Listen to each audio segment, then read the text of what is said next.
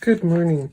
It's Wednesday, December 30th, day 30 of our COVID Christmas journals. I'm Pauline. I run the Scrapbook Room, a mobile and online scrapbook store, and I offer inspiration and friendship in the Scrapbook Playroom, a private Facebook group made for paper crafters just like you. Let's get started. As I said, today is December 30th. We're almost at the end of a year. What's ahead in 2021? What are you looking forward to? What are the headlines right now? Will you get a vaccine as soon as possible? How's the COVID outlook? Many of us are in shutdown. What are your plans for New Year's Eve, for the next 2 weeks, the next 3 months, the next year? Are you making New Year's resolutions? I hear so many people bash resolutions, but I rather like them myself. I like setting goals of all I'm hoping to accomplish in the year ahead, whether it's work-related or taking up a hobby or going on a trip. Oftentimes I don't fulfill the list, but so what? If it's important enough, I carry it over to the next year. I'll do it eventually. But overall, I think having goals helps us plan ahead a bit, and I think goals give us hope. Coming out of 2020, we all need some hope. So how about you? Any resolutions? Are you ready to think about them or list them? What do you want this year to be? I want this next year to be normal.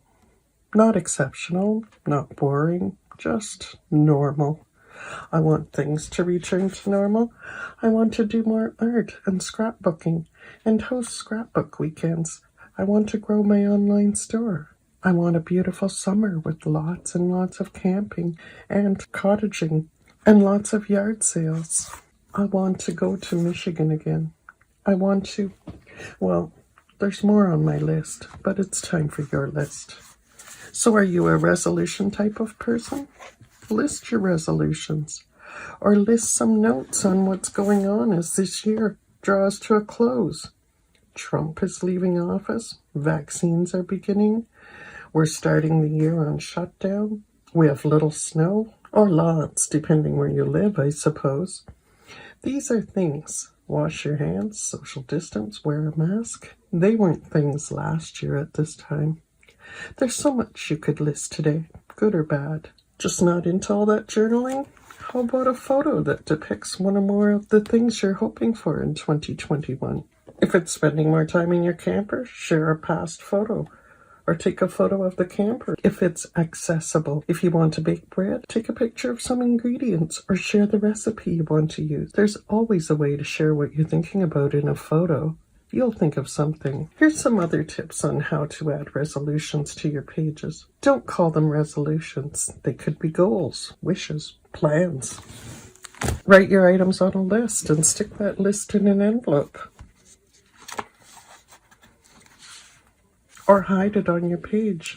You could even pull it out a year from now to check how you did. Add boxes beside each item and check them off as you complete them.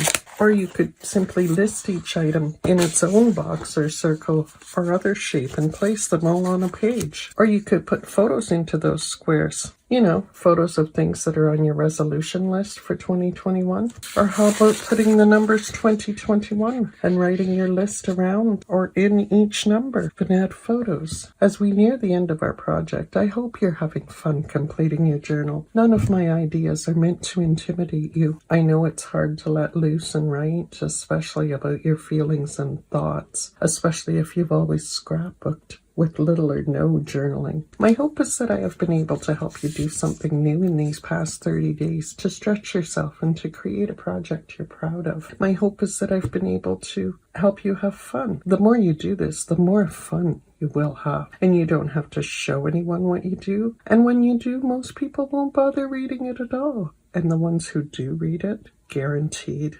will love it. Before I get to the final tip for the day, let's take a look at my little mini album.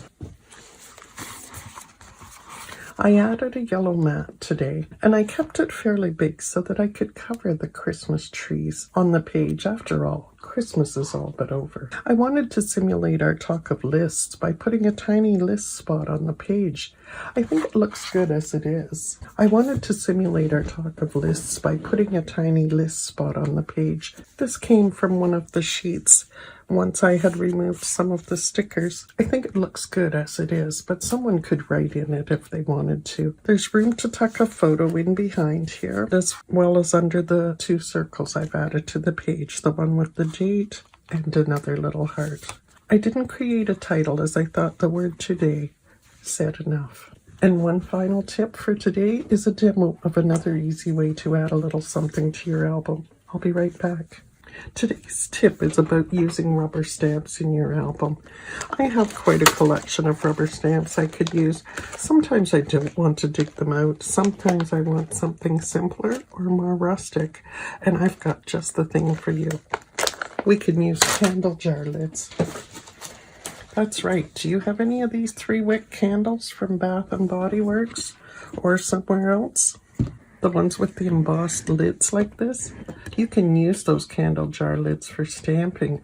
Now keep in mind, this will not give you that crisp, clean, high-end stamped image some of your higher-end acrylic or rubber stamps might provide, but it's a fun way to add some subtle images to your page. I'll probably do some journaling based on the things I mentioned earlier that I hoped for in 2021.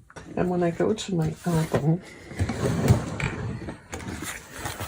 I'm still working on this onion skin page, but it is a little drab. Adding a couple of these stamped images may create a little interest and color. I'll show you how I'm going to do that. To add ink to a jar lid, rather than pushing onto the ink, I'll push the ink onto the lid, gently tapping all around like so. This helps prevent the ink from being pushed into the flat parts of the image. And when I push down, I apply gentle pressure. If I wanted an even more distressed image, I could simply tap and move without pressing so firmly. Once I'm done, I give my lid a wipe off.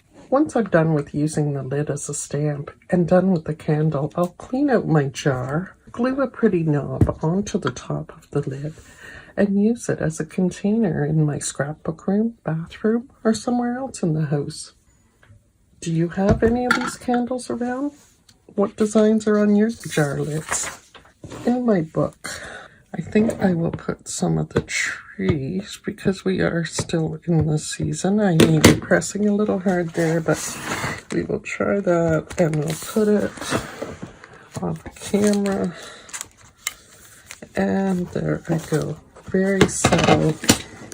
I may add a bit of red pen marks around the trees. As you can see, it's very, very subtle, but just what I'm wanting here. And I'll add a few more up here. And I think my page is ready for some journaling. So, that is it. Do you have any of these candles around? What designs are on your jar lids? Now you'll be shopping for jar lids instead of scents. Who knew? See you tomorrow.